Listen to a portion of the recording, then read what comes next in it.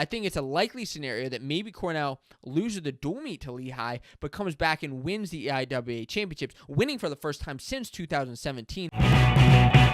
Is Cornell going to run away with the EIWA title? Are they truly the number one team in their conference? I'll tell you why they are and why I have them ranked number one, but also why they shouldn't be number one in their conference. So, should they be ranked number one? There are a couple reasons against this right now. And with Cornell coming back to the NCAA this year, of course, it's exciting to speculate and talk and preview about what's going on with the team. So the first reason against them being ranked number one is that they lost their NCAA finalist in Max Dean. And I'm not going to deny that it's a huge loss. It's unfortunate that Dean isn't back. Now, of course, I am excited because he's at Penn State, but it's a big loss for their team.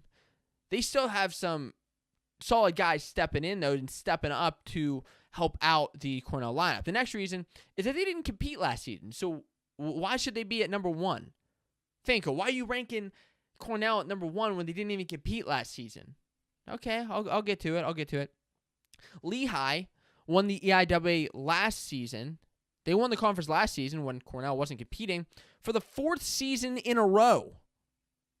Okay, that's the third reason why Cornell shouldn't be number one. So why isn't Lehigh number one? Shouldn't they be number one? Yeah, I'm getting your point, okay. They also, Cornell lost in a duel, the recent duels, to Lehigh and Princeton in 2020. So, yeah, they just lost their duels. The last time they wrestled these guys was in 2020, and they lost to them. So how in the world? Okay, let's just jump into it. So the last time they dueled those teams, and the last season that Cornell competed was in 2020. Well, Yanni wasn't wrestling. Vito wasn't wrestling. Max Dean wasn't wrestling. Okay, throw Max Dean out because he's a transfer now. But they all weren't wrestling in the 2022 or in the 2020 season. So it's okay to kind of say that they didn't have their best lineup forward with a two-time national champ not in their lineup and an All-American not in their lineup. Yeah, they're going to be out a couple points. That's just kind of how the Tides work.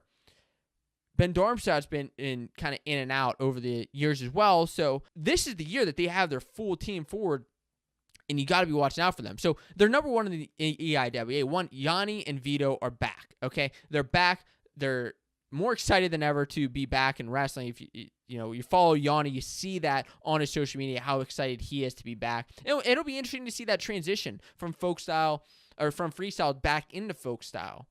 It's been quite some time since they've been on a college wrestling mat, right? They also have 6 wrestlers ranked by Intermat right now in the preseason rankings. All 6 of those guys are in the top 20, so that's impressive in itself.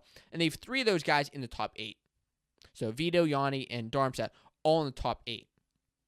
Lehigh, and I'll talk about some of the other EIWA teams as well in the conference, is Lehigh has a solid team from top to bottom. They really do. A real stand-up bunch of guys from top to bottom. But they only have one guy in the top 8, and I believe it's either Jordan Wood or Humphreys, but one of those guys is in the top 8.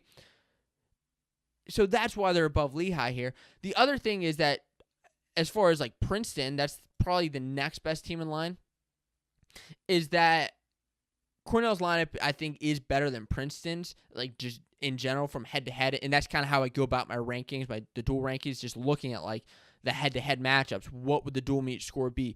Who would win, Lehigh or Cornell, as far as each match, 25 all the way up to heavyweight. And same with Princeton. Now, the thing about Princeton is they just have some pretty good head-to-head matchups.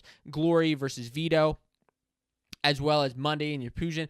Those are some pretty good matchups. And that's kind of why I think Cornell should be number one. But, are they a lock to win the EIWAs? No. Now, they do have, and this is the exciting part, is they do have a great outlook on the team. You can't base the rankings on the outlook, and I understand that, and I'm not necessarily doing that. They do have a great freshman bunch coming in that I think are going to make just great leaps this season that we're going to see. But are they a lock in the EIWA to win a championship? No, I actually don't think that they're a lock, even with all this excitement. In the 2019 season, so let's look back the past couple years at how Cornell's performance at the championships, at the conference championships. In 2019 was when they kind of had their last full lineup, and Cornell that year lost to Lehigh 153 to 139 points. Team points, of course, accumulated throughout the tournament. So they lost by a pretty big margin. Now, Cornell that year had 3 champs in Max Dean, in Chaz Tucker, in Yanni, 3 runners-up, and 8 total placers. So, and I'll get to the point of like why I'm telling you these stats, because it's important to know like why or who all their champs were and who all their placers were. Because the thing is, Lehigh that year had 3 champs.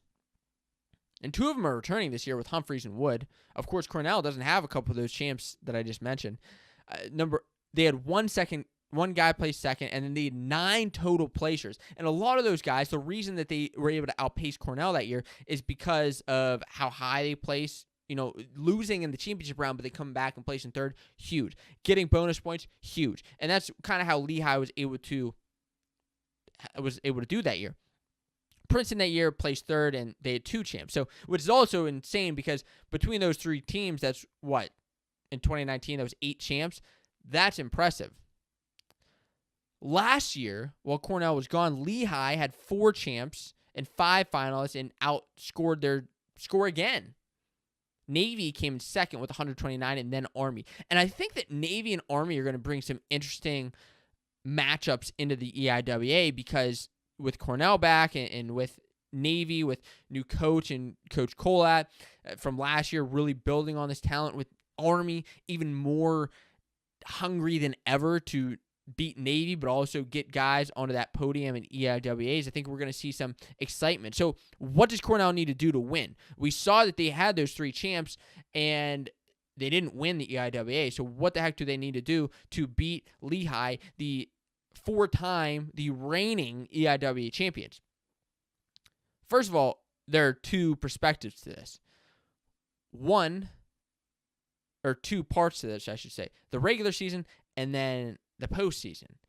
The regular season, do you think that Cornell can beat Lehigh? And that's my question for you. Is in a duel, do you think Cornell would beat Lehigh? And then in the championships, do you think they would beat Lehigh? So kind of a twofold question. Because I don't necessarily know that they're going to win both. Cornell is going to win the duel and the championships. And the duel is actually at Lehigh. It's in Bethlehem, PA. And that's going to be a tough environment for Cornell to win. It's going to be tough to beat the 4-time EIWA, going for 5-time EIWA champion in Jordan Wood. John Jacobson's not returning, but there are a couple finalists returning to Lehigh and Jarrett Lane and Malik Hines.